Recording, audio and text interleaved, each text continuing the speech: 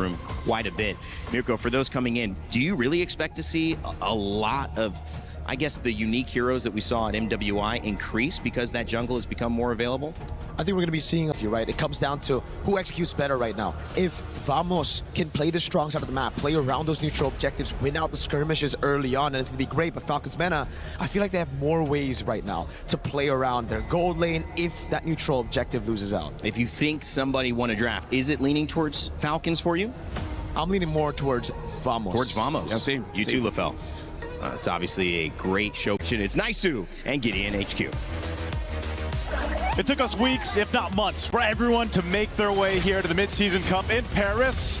And we're going to find out the next champion for MSC here at EWC 2026. It's going to be nice of you, Gideon, to bring you the action to start off our group stage. Gideon, we have to talk about the Eudora. Oh yeah, this is interesting. This is really interesting to see because most of the time, most people wouldn't even consider Eudora to be part of this particular meta, and Clockwood has already missed a couple of minions, which is already pretty bad look for the start. But the laning phase is by far the hardest part for the Eudora. Has this kind of innate synergy between each other, right? They've played together so much on the international stages. Is it going to happen?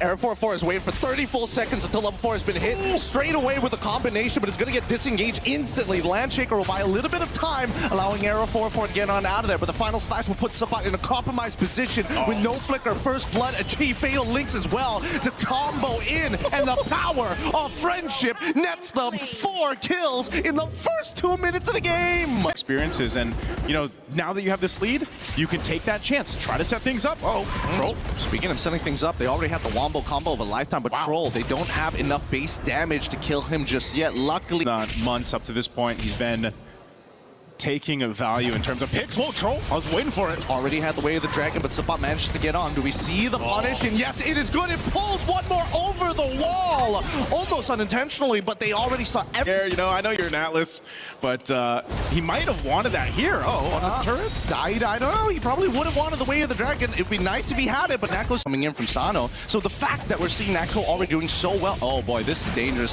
Final slash coming through, and Zekip getting Wombo combo to the ground. But let's see whether Falcons can reach for a little bit more. They decide not to after using 4 ults, and they back away. Okay, so no flicker burn. It looks like FALCONS MENA. Do they still want to put some pressure here, Troll? They're trying to call it. I think that at least for Trolls, it shouldn't be anywhere. Boy, yeah, here we go. Turtle, third one of the game, last one here. Fighting for space.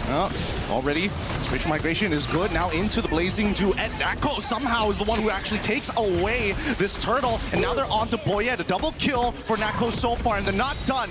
Do they have the Fatal Links actually pulled? They've delayed enough time, and Sanji, unfortunately, cannot outplay into 4 members. Okay, the firepower seems to be there for Vamos. They get the turtle, they're looking for more fights, potentially here. Ooh, and now underneath the turret, stolen Fatal Links on towards Nako, but it doesn't matter. He has Purify, gets out of there quick, and now in is the gold lane experience that every gold laner prays for. Let's look at the gold distribution for a deeper look.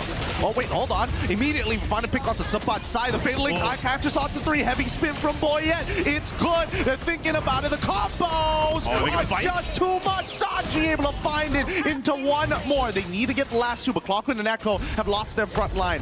Beautiful train. Things up off of your own initiation, depending on what Cuffin decides to do with the Fatal Links. He's got his own, so they're going to take their time with this. Oh, look at this. Even Cuffin, Troll is looking for a flank angle. He's sitting around the purple buff, and the rest of the Falcons are actually dancing around this lord. They don't actually want to take it. They just want to open it up. Fatal Links into 1 so far, right into the spatial migration. It's great, but that's already 2 fat ults all. Yeah, it looks like they want to. It's half health on this lord. Troll still trying to zone out here. Oh, the way of the dragon already good. Fatal. Oh, wait, Air 4-4 gets pushed out of it, but he's still, with a spatial migration, gets the lord in time. Sano in the backline gets caught by Nako, and by then, this fight is already over. They chase the last remaining members, and even with a lightning Shrunget, it might just not be good enough. Cuffin, no more ways to dash. Zekip kills him, and now the score is already in the mix of this piece of bread that they were trying to bake, but unfortunately overcooked, and now Nako getting attacked by the epic spin. Luckily, the Winds of Nature keeps him alive long enough. Way of the Dragon is going to kick him down, but the rest of the team can't even finish it off. Sanji gets him at the very end. Now Clockwood finds the trade. Subpot gets them back, and with the damage dealers gone, this allows Vamos a free in on the attack. Stolen Fatal Links onto 3, but Cuffin can only do so much before he dies. Subpot takes him out, and it's over. Sano takes out 1, and this might be it. Sano finally is skilled just enough with no ults and nothing left. That should be it for Vamos. Ooh, did it cost them though, Gideon? I mean, they lost that base turret. It's a good thing. Oh, are they going to chase down Air 404? They can punish this. Yup, into the Violent Requiem. Sano forgot the alt timers. All right, due to the lead that they have. Oh, Fatal Links onto 1 so far. They haven't forced this. Sanji is able to get a really good final slash, but doesn't get that backline. Sanji has no way to reset. Tries to get out of the fight, but it's too late. Lapu's in the wakes, and now the heavy spin, unfortunately, can't do much about the scenario. What a catch here, and a lot. and that's what Troll has been trying to do here. Now this Lord is up.